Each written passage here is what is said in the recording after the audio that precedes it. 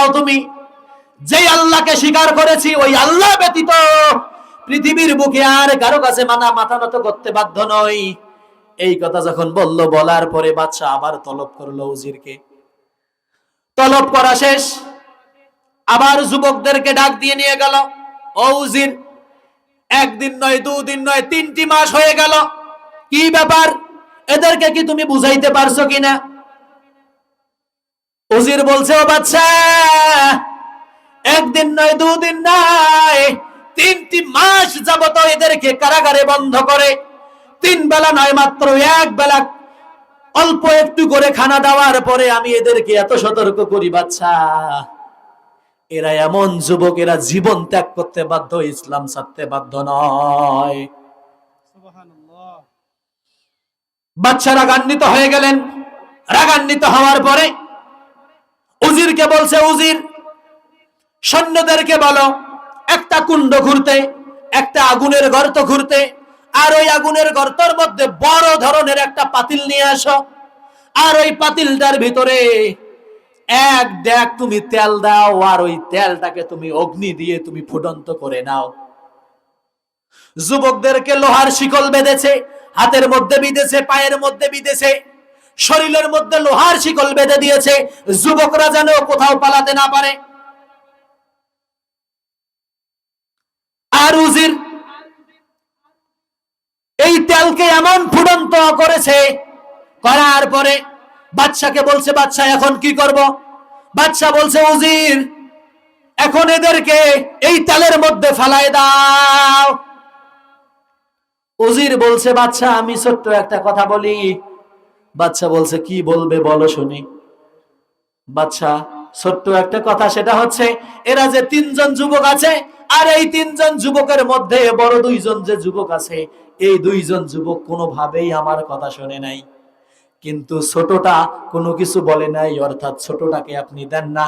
এই ছোটটাকে আমি ইসলাম ত্যাগ করার জন্য আমার কাছে কিছু মাধ্যম আছে, আমি এই মাধ্যম দিয়ে ওকে ইসলাম ত্যাগ করাবো।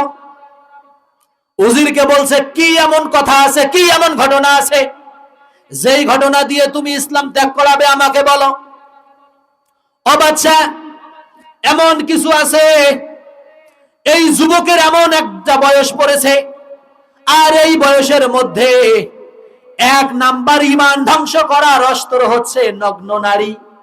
কি নারী ভাই? নগ্ন নারী।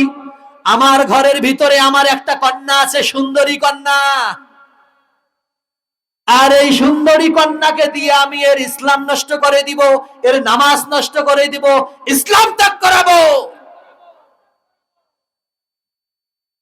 বাদশা বলছে, উজির ঠিক তো? বলছে ঠিক। আচ্ছা ঠিক আছে, তাহলে তুমি ওকে নিয়ে যাও, আর এই 2 জন যে আছে, এই 2 জনকে তুমি এই ড্যাগের মধ্যে ফেলাই দাও। উজিরকে যখন হুকুম করা হলো, উজির বড় ভাই এবং মেজো ভাই 2 জন ভাইকে সুন্দর করে শিকল দিয়ে বেঁধে হাত বাঁধলো, পিছন দিকে পা বাঁধলো, বাঁধার পরে 2 জন ব্যক্তিকে ওই ড্যাগের মধ্যে ফেলাই দিল। ড্যাগের মধ্যে ফেলাই দিবে এমন তো অবস্থায় এই 2 জন যুবকের মুখের মধ্যে কেন জানি হাসি দপদপ করতেছে। বাদশা বলছে, তুমি পাগল হইছো নাকি? মৃত্যুর কথা শুনলে মানুষের ভিতরে কান্নায় দপদপে হয়ে যায়, আর তোমার শরীরের ভিতরে একটুও ভয় আসতেছে না, ব্যাপারটা কি?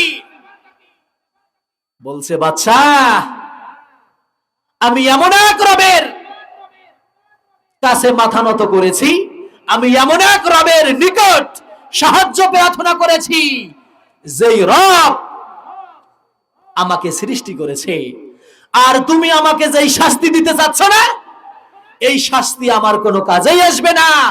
আমার মুখে যে হাসি দেখতেছো, আল্লাহ পাক রব্বুল আলামিনের ফেরেশতারা আমার জন্য জান্নাতের মধ্যে ফুলের তোড়া নিয়ে অপেক্ষা করতেছে। বলি না সুবহানাল্লাহ। বাদশা আরো রেগে গেলেন। যাওয়ার পরে এই ফুটন্ত ড্যাগের তেলের মধ্যে ওই 2 জনকে ফেলাই দিলেন।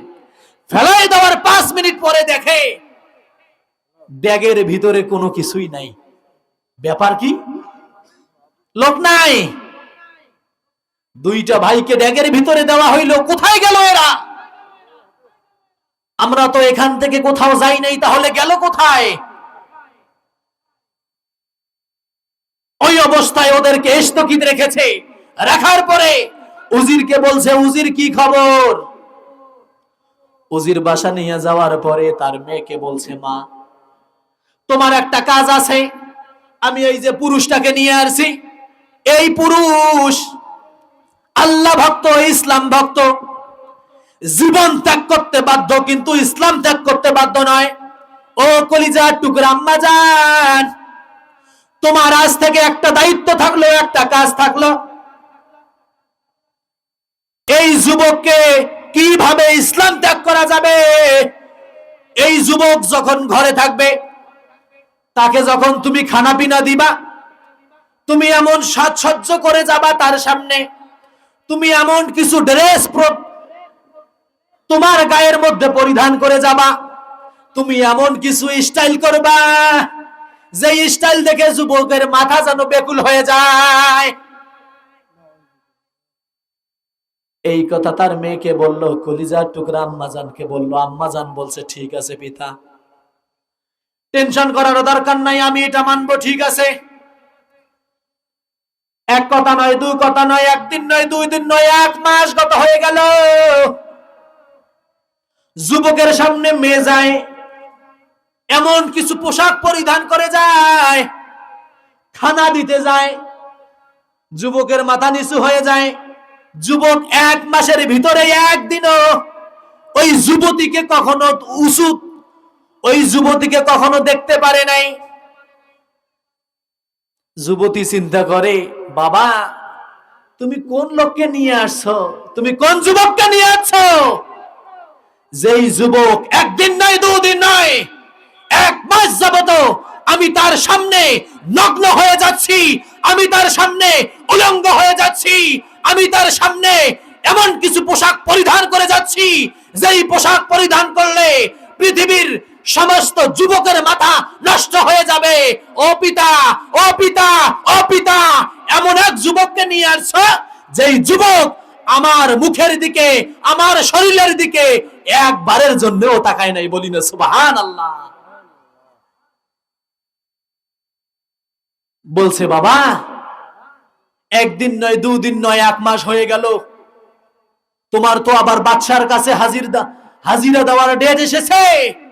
ও বাবা, তুমি তোমার বাদশার কাছে চলে যাও, যাওয়ার পরে তোমার বাদশার কাছ থেকে একদিন নয়, আরো 7 দিন সময় বাড়িয়ে নাও। এই 7 দিন সময় বাড়ানোর পরে তারপরে তুমি আসো, দেখি আমি এই 7 দিনের ভিতরে এই যুবককে আমি কন্ট্রোল করতে পারি কিনা।